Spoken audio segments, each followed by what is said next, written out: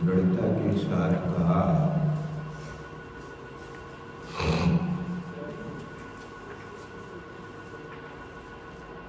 कि चूंकि कर्म और करण की अभिन्नता होती है, जो जिससे किया जाता है वह वही है। घड़ा मिट्टी से किया जाता है तो वह मिट्टी ही है।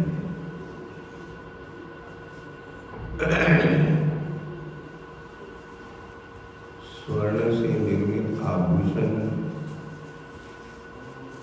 कंगन हार नहीं है, स्वर्ण ही है। इसी प्रकार उद्गल से रचित यह 29 भाव उद्गल ही है, जीव नहीं।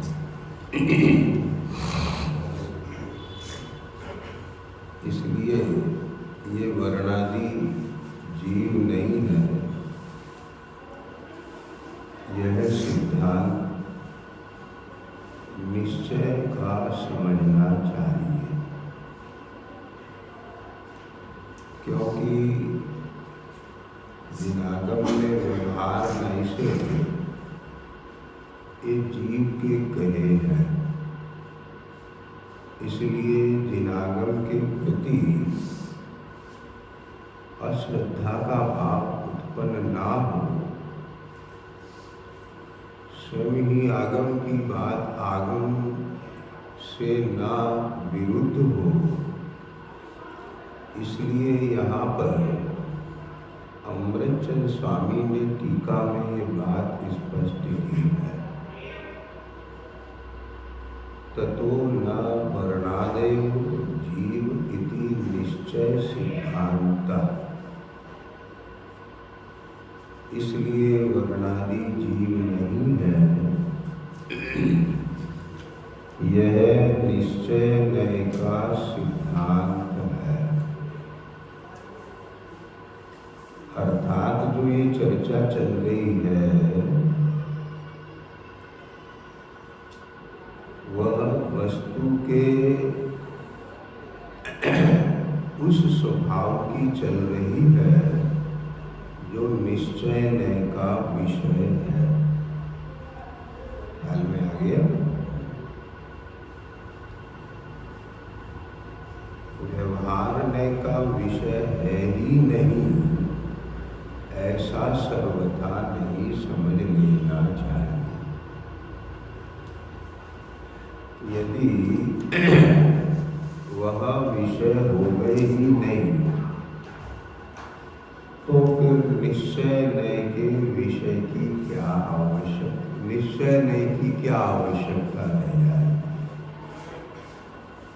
क्योंकि व्यवहार नय का जो विषय वहाँ है ऐसा ही सर्वथा नहीं है। यह समझाने के लिए ही तो निश्चय नय को स्थापित किया है। ये सब समझ गए?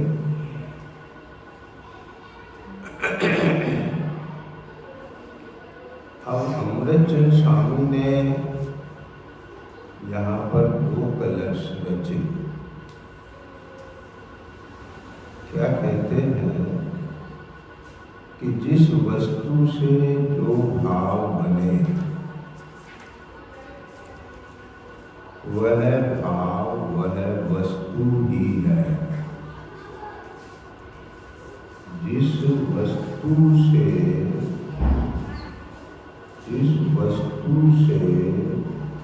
जो भाव बने,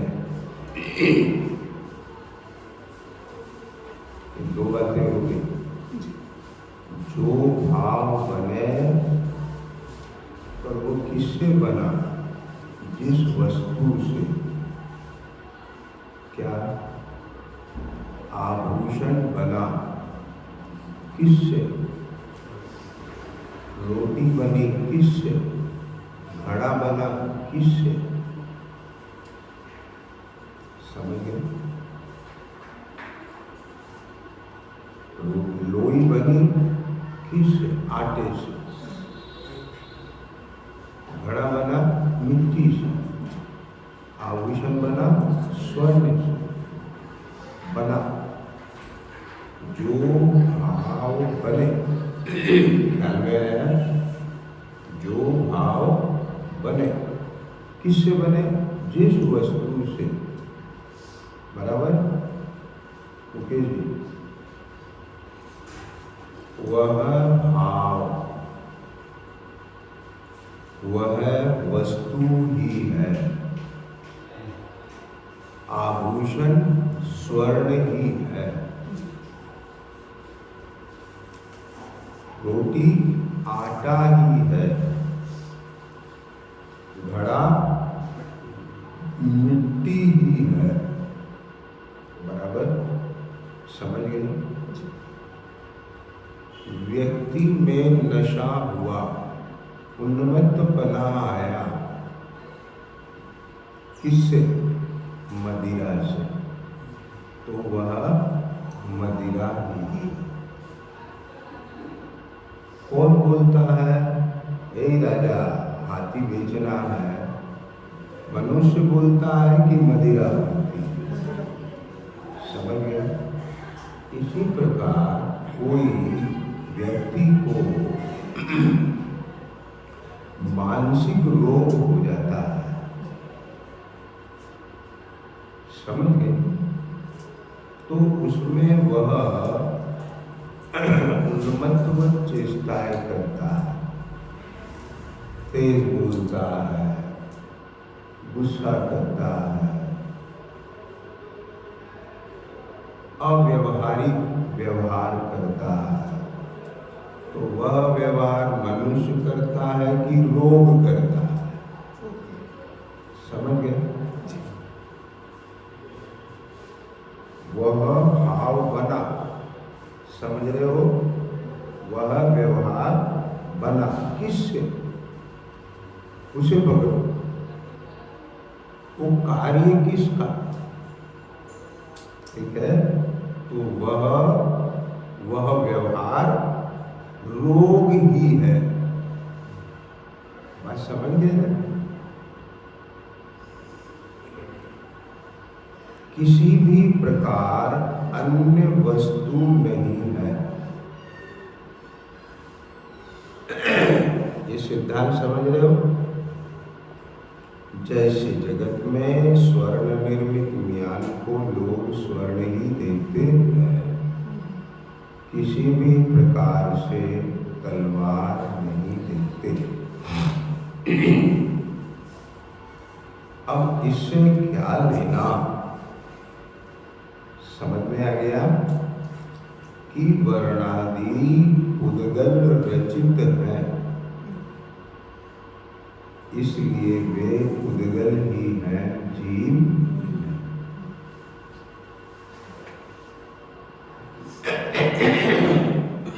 देखो भैया,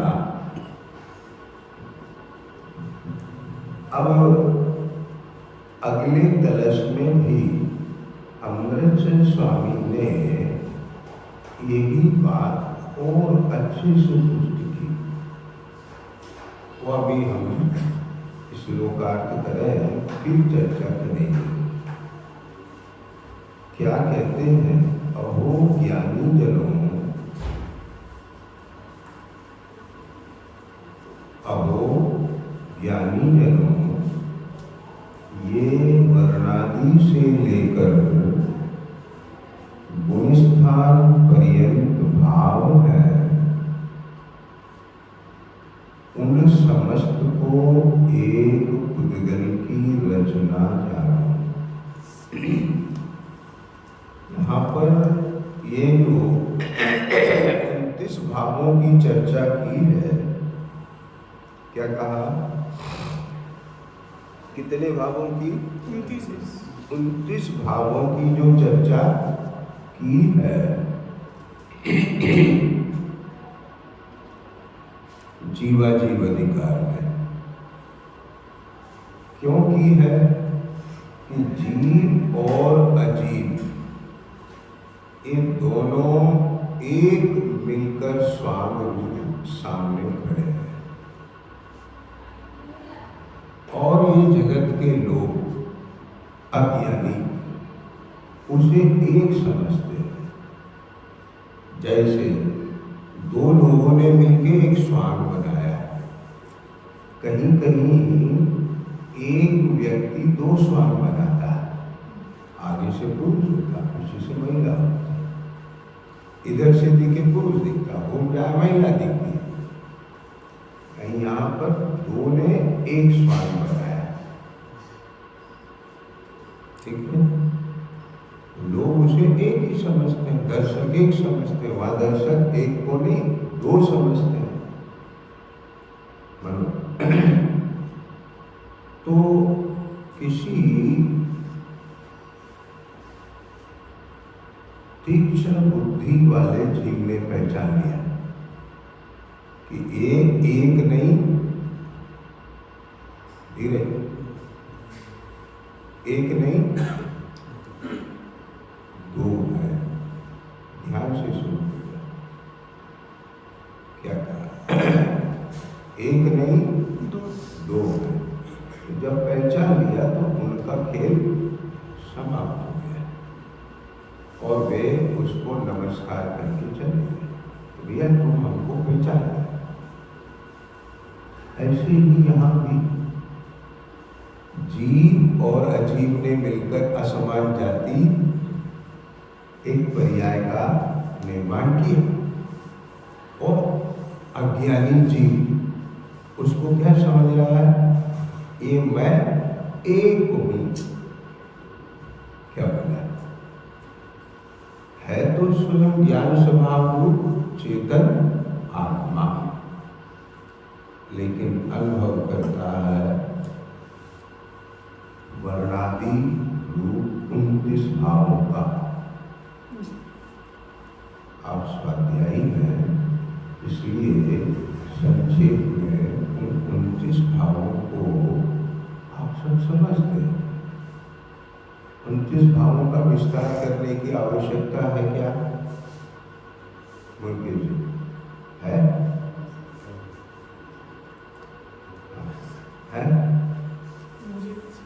हाँ बता देता हूँ। वर्णादि, ये शरीर दिख रहा है ना, इसका वर्ण है, रूप है, इसकी गंध है, स्पर्श है, समझ गए? ये इंद्रिय ज्ञान का विषय है।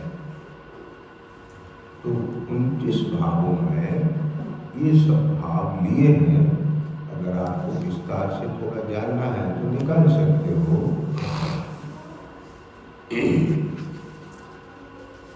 50 नंबर की गाथा के अर्थ में आ जाएंगे भाव। जीव के वर्ण नहीं है, 104। जीव के वर्ण नहीं है, गंध भी नहीं है, रस भी नहीं है, स्पर्श भी नहीं है, रूप भी नहीं है, शरीर भी नहीं है। पहले अलग अलग बता दिया और फिर इस पूरे शरीर को कह दिया शरीर भी नहीं है। और जब शरीर नहीं है तो उसका स्थान और शयनन भी नहीं है, बराबर। यद्यपि ये सब अलग अलग कर्मों के कार्य हैं। जीव के राग भी नहीं है, ये भी कर्म का कार्य है, मोह का कार्य है। द्वेष भी नहीं है, मोह भी नहीं है, प्रत्यय भी नहीं है। ये जो उद्गल परमाणु का आश्रय होता है। नो कर्म भी नहीं है, कर्म भी नहीं है, वर्ग वर्गना भी नहीं है, स्पर्धक अध्यात्म स्थान, अनुभाग स्थान भी नहीं है, योग स्थान भी नहीं है, बंद स्थान भी नहीं है। क्या कहते हैं? योग से कर्म का आश्रय बंद होता है, तो योग भी नहीं है। तो सारा आगम एक तरफ रख दिया, पूरे जिनागम में तो यही चर्चा है, मन वचन काय के योग के निमित्त से कर्मों का आश्रय बंद होता है, और फिर उसकी पूरी विस्तार से चर्चा की है। प्रथम सूत्र स्कंद में तो उसी की मुख्यता, बराबर। तो आचार्य देव को ऐसा लगा होगा कि समस्त जीव लोग को यह बंध की कथा, कर्म बंध की कथा परिचय में है। कैसे कर्म बंद होता है समझ गए, कैसे कैसे संवर होता है, ये सब है। संवर क्या है, आश्रव क्या है, पर आश्रव होता क्यों है और संवर कैसे हो, वो मूल भी तो ज्ञान में आना चाहिए। तब उन्होंने एकत्व भक्त आत्मा को प्रसिद्ध करने के लिए एक ग्रंथ की रचना की है, ख्याल में है। और ये स्वरूप समझे बिना आत्मा को ना निश्चय से जाना, ना व्यवहार से जाना, क्योंकि व्यवहार को व्यवहार बने जाने तो व्यवहार को जाना। ये भैया क्या बोला?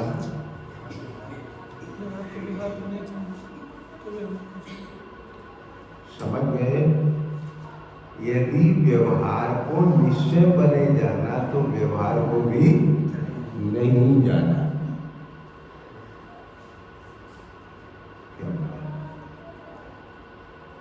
समझ रहे हो? है?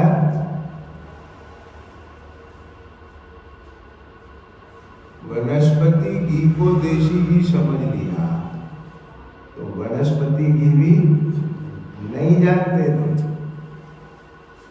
और वनस्पति घी को वनस्पति घी समझते हो तो फिर उसे देसी घी कैसे मान लोगे? गांव के मोहल्ले के होने से ये मामा है ऐसा जानते हो, तो फिर असली माँ का भाई कौन है, ये प्रश्न होगा कि नहीं होगा? हाँ, उसे ही मामा मान लिया तो फिर माँ का भाई तो फिर खोज ही बंद हो जाएगी। इसी प्रकार ये 29 भाव व्यवहार नैसे है, उपचार से है जीव के। जो ऐसा जानते हैं उन्हें ये प्रश्न होता है कि जिज्ञासा होती है, तो फिर जीव का परमार्थ स्वभाव कैसा है, समझे? क्या कहना राजेश बाबू? आपने मान लिया ये मैं हूं, तो मैं की खोज बंद हो जाए, ठीक है? ये तो जीव एक इंद्रिय जीव, दो इंद्रिय जीव, तीन इंद्रिय जीव, समुच्चय जीव, पर्याप्त जीव, अपर्याप्त जीव, सूक्ष्म बादल, ये सब ऐसे जीव होते हैं और सबको यहीं से देखते हैं। क्या ये 3 इंद्रिय जीव है, ये मक्खी मच्छर, ये 4 इंद्रिय जीव है, पर ज्ञान स्वरूप जीव चैतन्य जीव है, ये ख्याल में ही नहीं आता है। देख लो अभी अपने अंतर में, वह चैतन्य ज्ञान रूप नजर आता है, उसके साथ इंद्री कितनी है ये नजर आता है, या केवल इंद्री नजर आती है? बात को समझिए। ये रागी द्वेषी नजर आता है, या ज्ञान स्वरूप आत्मा के राग द्वेष रूप कर्मोपाधि का उदय चल रहा है, ये नजर आता है। क्या समझे बात? इससे क्या होगा? बहुत बड़ा काम होगा, सम्यक दर्शन होगा। सम्यक दर्शन के 8 अंग होंगे। प्रसन्न, संवेग, अनुकंपा, आस्तिक्य वही होंगे। समझ रहे हो? है? आएगी चर्चा।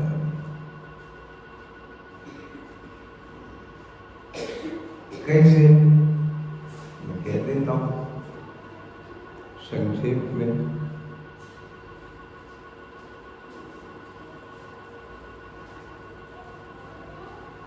भाई, आप लोग सामने वाले को कसाय देखते हो, जीव नहीं देखते हो, इसलिए भी चिकित्सा होती है। समझ गए?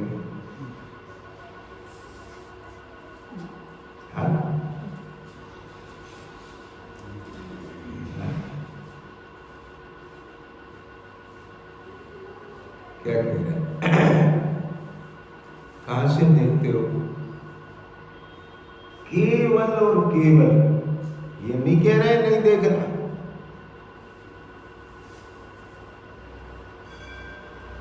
वो तो पहले देखना। पानी पीना है तो उसके स्पर्श को पहले देखना, नहीं तो मुझे ही जाएगा।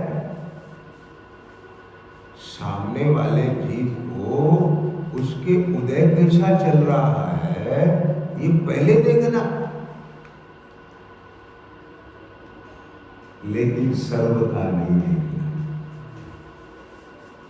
आ गया है? ये पानी उष्ण है, कोई बात नहीं, अग्नि का संयोग है, इसलिए है। थोड़ी देर रख दो, ठंडा हो जाएगा। बात समझ गई?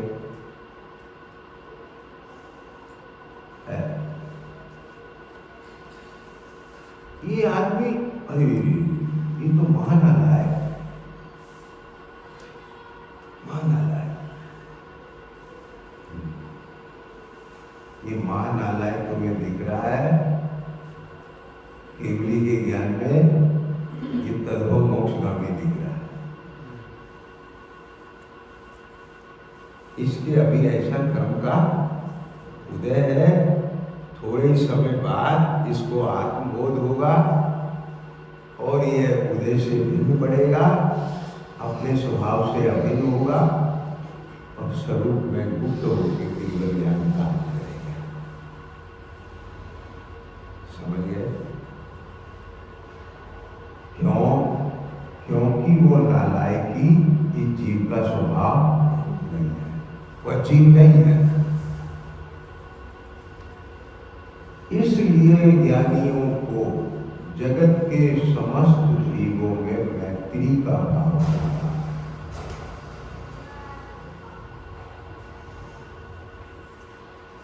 सर्व जीवों के प्रति हित का भाव होता है। क्या क्या? मुझे एक चीज बताओ, आपको अगर कोई व्यक्ति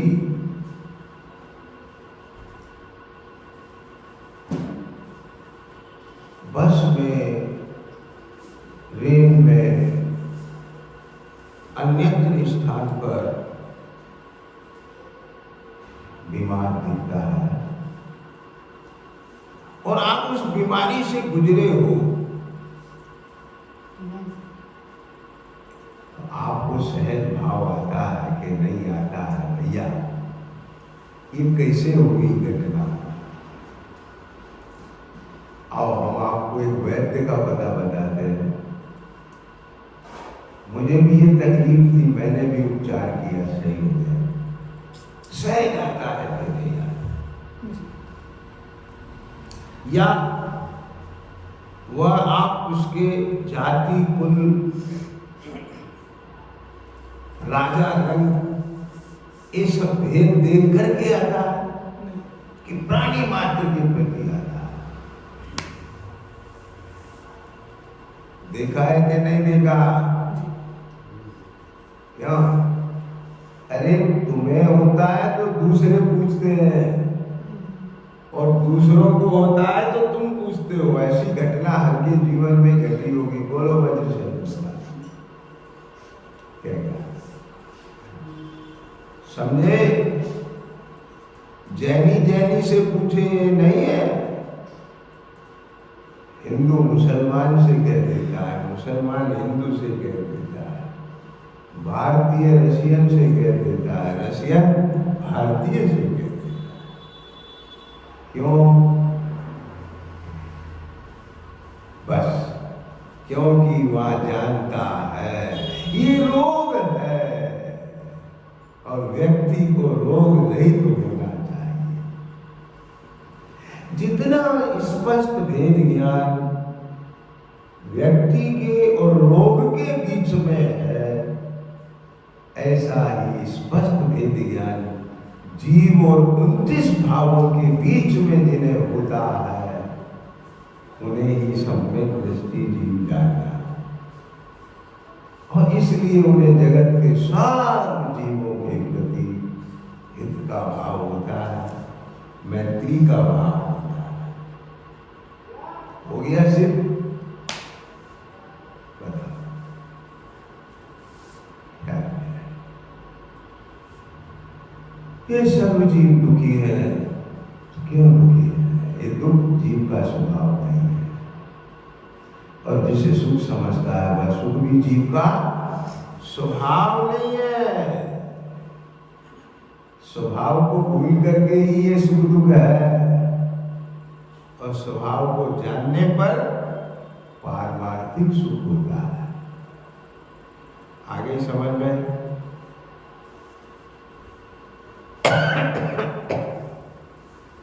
क्या? इसलिए ये जानना जरूरी है। क्योंकि समझ गए भैया, मार्गणा संक्लेश विशुद्धि स्थान भी जीव के नहीं है, संयम लब्धि स्थान भी नहीं है, जीव स्थान भी नहीं है और गुण स्थान भी नहीं है। क्योंकि गुण स्थान से देखोगे तो व्यवहार बदलता है, नहीं बदलना कि व्यवहार में व्यवहार लागू करता है, लेकिन दृष्टि में परमार्थ होता है। परमार्थ की दृष्टि हुए बिना व्यवहार भी सम्यक नहीं होता है, यथार्थ नहीं होता है। समझ में आ गया कि नहीं आया? बोलो क्या कह रहा हूं, बताओ ये सुनो। एक 6वें 7वें गुण स्थान वाले भावलिंगी संत देखे। किसने? मिथ्या दृष्टि में। एक पहले गुण स्थान वाले द्रवलिंगी मुनि देखे। किसने? मिथ्या दृष्टि। तो दोनों के प्रति समान भाव है। समझ रहे हो बात? और अपने में और उनमें अंतर है। सम्यक दृष्टि ने भी भावलिंगी संत को देखा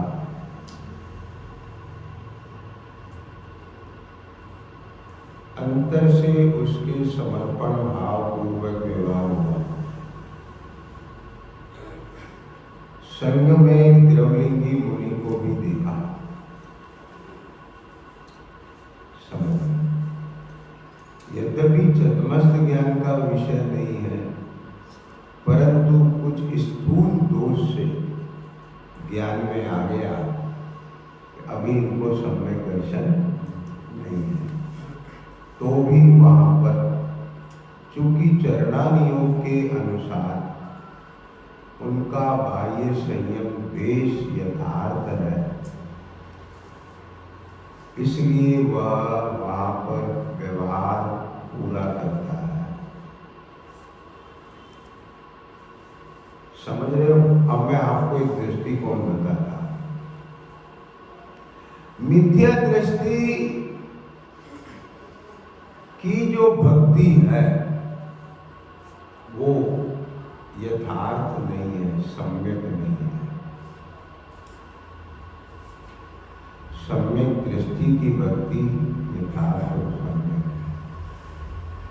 वह व्यवहार भी है और परमार्थ भी है। कि कैसे? जैसा मैं ज्ञान स्वरूप चेतन भगवान आत्मा हूं, ऐसे ये पहले गुण स्थान वाले भी हैं और ऐसे ही ये छठवें सातवें गुण स्थान वाले भी हैं। जीव के पारमार्थिक स्वभाव में कोई अंतर नहीं है। तुम क्यों नमन कर रहे हो इन्हें? क्यों भक्ति के भाव आ रहा है? मुझे भी ऐसा होना है। तो तुम कैसे हो सकते हो? क्योंकि द्रव्य स्वभाव की अपेक्षा दोनों समान है और ये मेरे जैसे होकर हुए हैं, तो इसलिए मैं इनके जैसा हूं, इसलिए हो सकता हूं। समझ में आ गया कि नहीं आ गया? और ये जो द्रवलिंगी पहले गुण स्थान में है, चूंकि इनका बाह्य वेश द्रवलिंग आगमानुकूल है, तो क्षण में ही यह स्वभाव का आश्रय लेके भावलिंग प्रकट कर सकते हैं। बात समझ गए क्या? यदि द्रवलिंग भी सही नहीं है तो भावलिंग की गुंजाइश भी नहीं है। ऐसा निश्चय व्यवहारात्मक पूरा वस्तु स्वरूप जिसके ज्ञान में है, उसी का ही परमार्थ भी सम्यक है और व्यवहार भी सम्यक है। ख्याल में आया कि नहीं? ये इसलिए जिनागम को पूर्ण रूप से जानना जरूरी है। ठीक है? मैंने बीच में इशारा करा, ये सब जाने बिना मोक्ष मार्ग नहीं चलेगा। आप समझ गए मुकेश जी? अब वापस आते हैं। तो मैंने ये विस्तार की चर्चा नहीं ली, क्योंकि अपना अभी और शाम की स्वाध्याय है उसके बाद, तो निकालिए इस श्लोक पे आओ।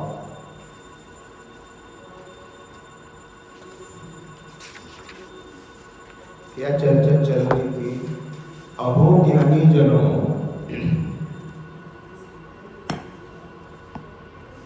अहो ज्ञानी जनों, ये वर्णादि से लेकर गुणस्थान पर्यंत भाव है, उन समस्त को एक उद्गल की रचना जानो।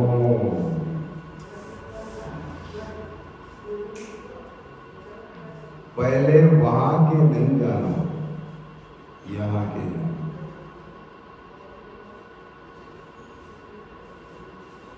क्या कहा? जब यहाँ के जानेगा तो वहां दिखाई देगा।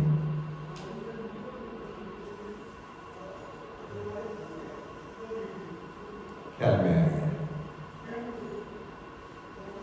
यहाँ नहीं जानो, यहाँ जानो। कहाँ जानो? जहाँ एकत्व पड़ा है।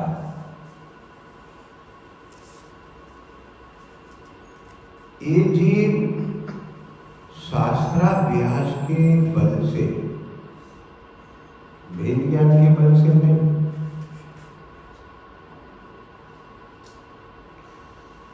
मैंने कई बार चर्चा ली है, शायद आपने सुनी हो। एक कषाय शक्ति का बल होता है, एक शास्त्राभ्यास का बल होता है। एक शास्त्राभ्यास से उत्पन्न वेद ज्ञान का बल होता है, एक चैतन्य की अनुभूति पूर्वक वेद ज्ञान का बल होता है, और उस वेद ज्ञान के बल पूर्वक चैतन्य स्वरूप की लीनता होती है, और उस चैतन्य स्वरूप की लीनता का बल होता है। ख्याल में आया? जिसको इन अलग अलग बलों की खबर नहीं है, वो निर्बल है। क्या कहना? और वही जीव अपनी उस निर्बलता के दोष को मिटने के लिए बाह्य बलों का आलंबन लेता है। आया ख्याल में? क्या कहें? हाँ,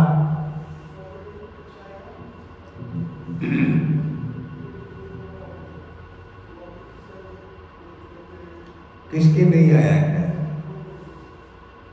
ओके, मालूम नहीं आया? देखो, सुनो, एटीट्यूड कौन दिखाता है?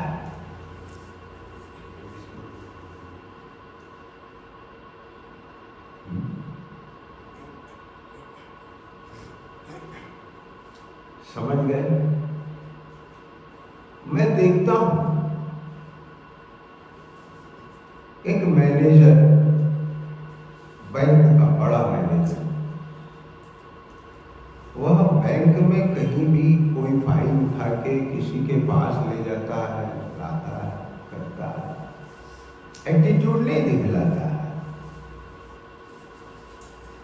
लेकिन एक कलर एटीट्यूड दिखलाता है। समझ में आ रहा है? आप देखिए बड़े बड़े पद पर आसीन व्यक्ति एटीट्यूड नहीं दिखा, और वहां भी दिखाते हैं, कुछ लोग वहां भी दिखाते हैं। नरेंद्र मोदी, अब वो पैर छू लेता है। समझ में आया? एटीट्यूड नहीं। सारी दुनिया कहती है नरेंद्र मोदी जी में एटीट्यूड नहीं, क्योंकि वो जानते हैं कि झुकने से मेरे पद में कोई आँच नहीं है। और छोटा आदमी ये देखता है कि झुक गया तो मैं कुछ नहीं रहूंगा। ख्याल में आ गया? हाँ, समझ रहे हो भाई? आप अपने ऑफिस में जाते हो, वहां ऑफिस का बल होता है। माँ के पास जाते हो, वो पुत्र का बल होता है। भाई के पास जाते हो तो भाई का बल होता है। समझ रहे हो? जिस कुर्सी पर बैठते हो उस कुर्सी का बल होता है, लेकिन वह मेरा बल नहीं है, कुर्सी का बल है। ये भेद ज्ञान जिन्हें होता है, वे उस बल को ही अपना बल नहीं मान लेते। समझ गए? बस क्या कह रहा हूं मैं? यहां बैठ करके बोल रहा हूं, ये इस गति का बल है।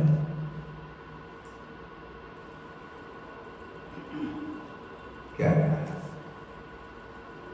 मेरा बल, मेरा तो जो है सो है, जो है सो है, मेरे ज्ञान में है, तो वहां बैठ करके भी कोई फर्क नहीं पड़ता। एक कहां? उस बल में। लेकिन ध्यान से सुनना, तुम लोग ऐसा समझते हो कि यहां तो 1 घंटे की स्वाध्याय में सारा बल भाई साहब के पास है, और आप लोग निर्बल हो ना। जैसा बल मेरे पास है उससे कम बल तुम्हारे पास नहीं है। बताओ, मेरे पास बोलने का बल है, तुम्हारे पास सुनने का बल है। मैं अगर चुप हो जाऊं, हो सकता है, और तुम 1 घंटे शांत बैठ सकते हो कि नहीं बैठ सकते? मैं बैठ सकता हूं? नहीं। तो इसका मतलब चुप रहने का बल मेरे पास नहीं है। समझ गए बनो? क्या कहेंगे? मैं भी बैठ, मैं चाहूं तो नहीं बैठ सकता।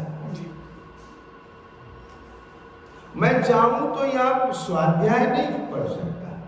मैं चाहूं तो उसका रसा स्वाद लेने के लिए नहीं हो सकता। समझ रहे हो? क्योंकि आपने मुझे यहाँ सुनने के लिए बैठाया है।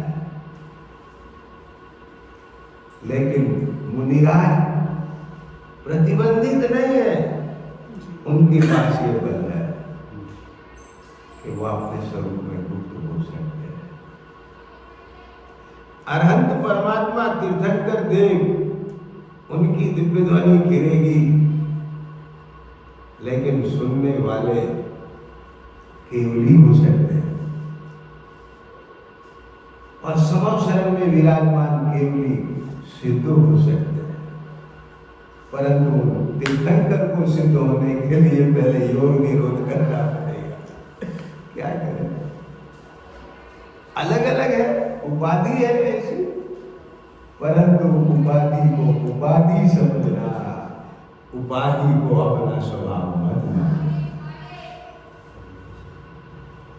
जिसके ज्ञान में और श्रद्धा में अपना स्वभाव है, उसे ही उपाधि उपाधि दिखती है भाई। क्या कह रहे हैं? वह उपाधि का उपयोग करता है, नशा नहीं करता। कैसे? नशा किसका नाम है?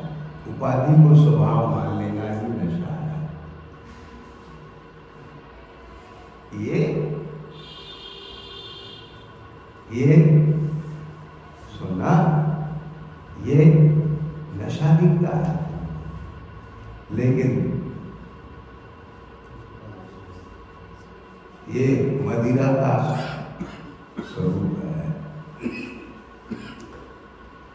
ध्यान से सुनो, मान कषाय का उदय, ये मान कषाय का स्वाद है,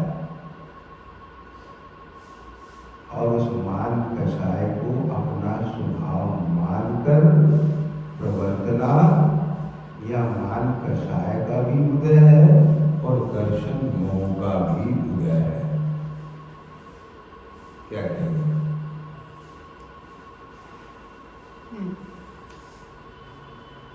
समझ गए?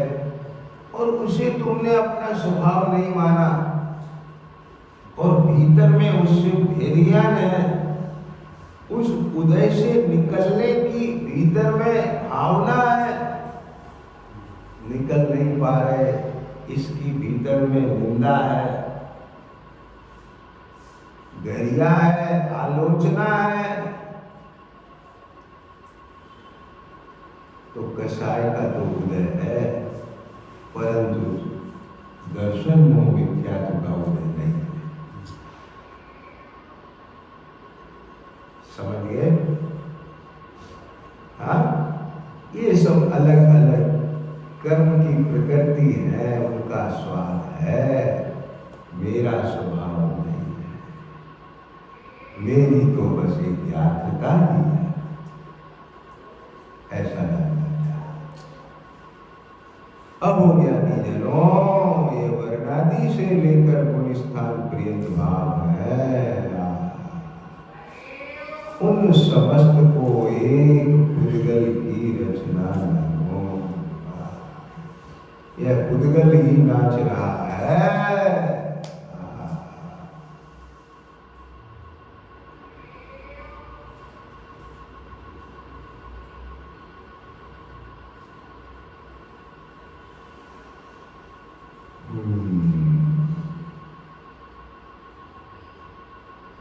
इसलिए यह भाव पुद्गल ही हो।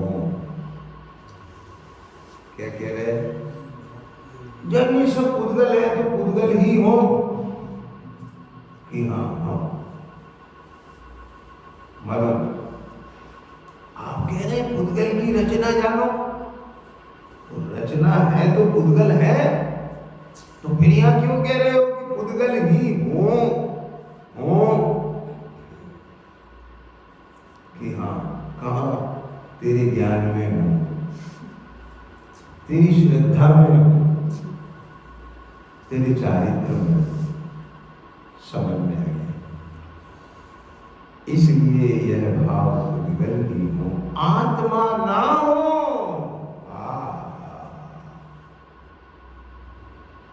गहरी बात है। जो शास्त्राभ्यासी है, जिसने केवल सिद्धांत शास्त्रों का ही स्वाध्याय किया, वह तो एकत्वक आत्मा का स्वरूप नहीं जानता। ध्यान से सुनना, तो वह सब क्या जानता है? क्या जानता है? ये सब जीव है, मैं जीव हूं, संगी पंचेंद्रीय जीव हूं। तो आत्मा, आत्मा, आत्मा माने अप्पा, तो अप्पा उस रूप जानता है, तो उसने आत्मा न हो, वहां आत्मा हूं। पॉइंट पकड़ गए?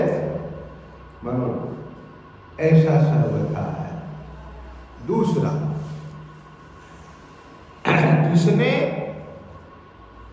जिसने अध्यात्म भी जाना है,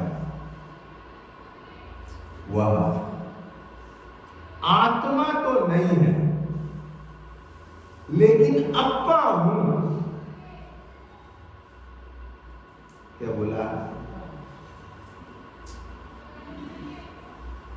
समझ गए क्या? अभी केवल शास्त्राभ्यासी की बात चल रही है। वो क्या करता है कि ये 29 भावों को पुद्गल के खाते में डाल देता है और उन सबसे रहित जीव को अलग खड़ा कर देता है। परंतु जब यह अनुभव करता है तो भाव सहित अनुभव करता है। पॉइंट पकड़ में आया? लेकिन क्या कह रहे हैं यहां पर?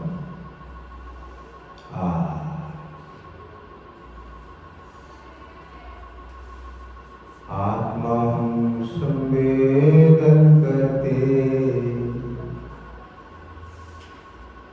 संवेदन में क्या करते हैं?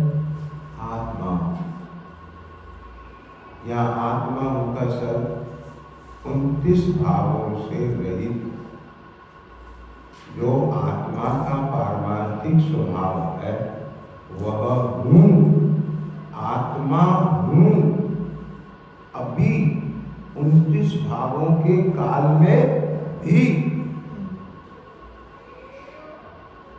पर अंतरात्मा कहलाते हो, परमात्मा कहलाते हो, बहिरात्मा नहीं कहलाएगा, क्योंकि बहिरात्मा ऐसा संवेदन करे तो बहिरात्मा रहता नहीं। समझ में आ गया? क्या हो गया? ठीक है? हाँ, आत्मा ना हो माने मेरे ज्ञान में वह मैं हूं, ऐसा ना हो। आचार्य भगवान कह रहे हैं ऋषभ कि तुम्हारे ज्ञान में कि तुम हो कौन? 29 भाव, ये ना हो, अप्पा ना हो, पुद्गल हो। आगे समझ में, श्रद्धा में एकदम क्लियर कट, क्या हो? पुद्गल हो। अप्पा, आत्मा शब्द नहीं प्रयोग कर रहा हूं, मनोज तुमने देखा होगा, मैं आत्मा पर वजन नहीं डालता, अप्पा पर डालता, क्योंकि अप्पा कहने से टचिंग आना चाहिए, स्ट्राइक होना चाहिए। क्या यहां आत्मा क्यों नहीं कहा, अप्पा क्यों कहा? समझ गए? दूसरी बात है, आत्मा ना हो, क्योंकि अप्पा तो विज्ञान है।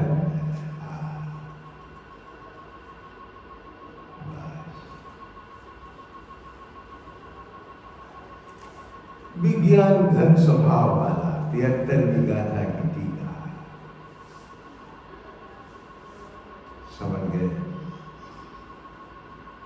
ज्ञान का पुंज है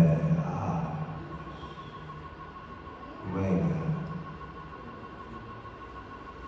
टीका से ज्ञान नहीं, आत्मा ज्ञानम नहीं। यहां देख,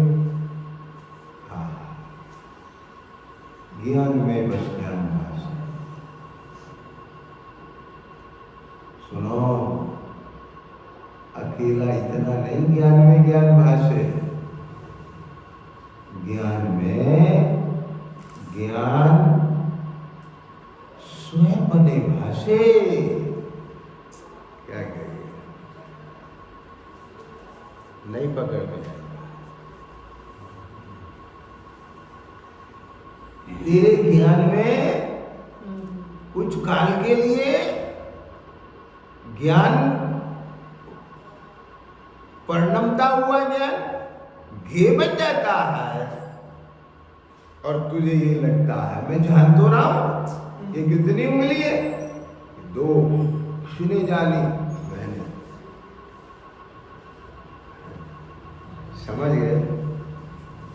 मैंने जानी ना, यहां जानना हुआ ना, तो उस ज्ञातता को तो जाना, पर मेरा कार्य यही है।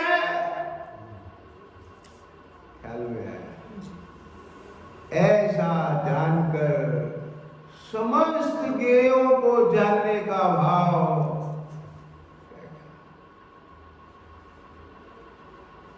छूट जाए। ध्यान से सुनो, ज्ञान में यद्यपि लोकालोक ये बनेगा, रहेगा नहीं, ज्ञान की ऐसी सामर्थ्य है, परंतु वह सामर्थ्य प्रकट होने से पहले भी एक शर्त है। वह सामर्थ्य उसी के ही प्रकट होती है। किसके होती है?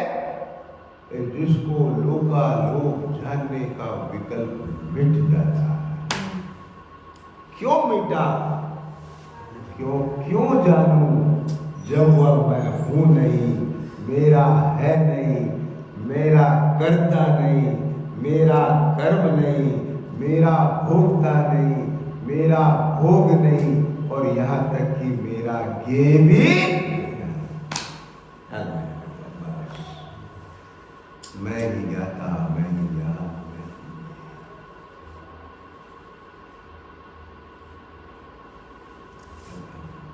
मैं हूं अपने में से, मुझे कोई जरूरत नहीं। क्या बोला? कैसी गजब बातें हैं। ओ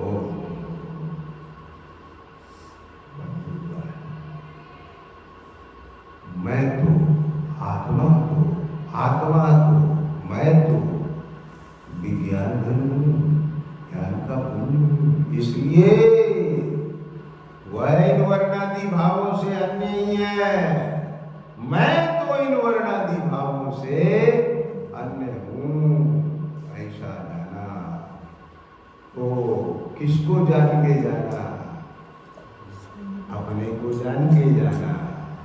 और ऐसा जान के किसे जाना? ऐसा जान के फिर अपने को जाना। यह अन्य है। जब अन्य को अन्य जानते हैं तो दृष्टि हट जाती है। ख्याल में, ये बच्चा किसी और का है, ये महिला किसी और की है। समझ गए? क्या कहा? नजर गई अन्य है, अब दोबारा नजर आगे समझ में कहा जाती है, अपनी वस्तु पर जाती है। यह अन्य का है जानकर प्रत्याख्यान भाव, एक प्रत्याख्यान आई समझ में। इसलिए कहीं से भी देखो, जीवाजीव अधिकार से देखो, कर्ता कर्म से देखो, उनके पाप से देखो, कहीं से देखो और सर्वविशुद्ध अधिकार में भी पहुंच जाओगे तो बस एक ही सारूप है कि पर से भिन्न जानकर मानकर वह उपयोग पर से भिन्न पड़ जाता है, अपने से अभिन्न हो जाता है। बस वही भोगता है, वही भोग है और वही भोग्य है। ओम नमः शिवाय।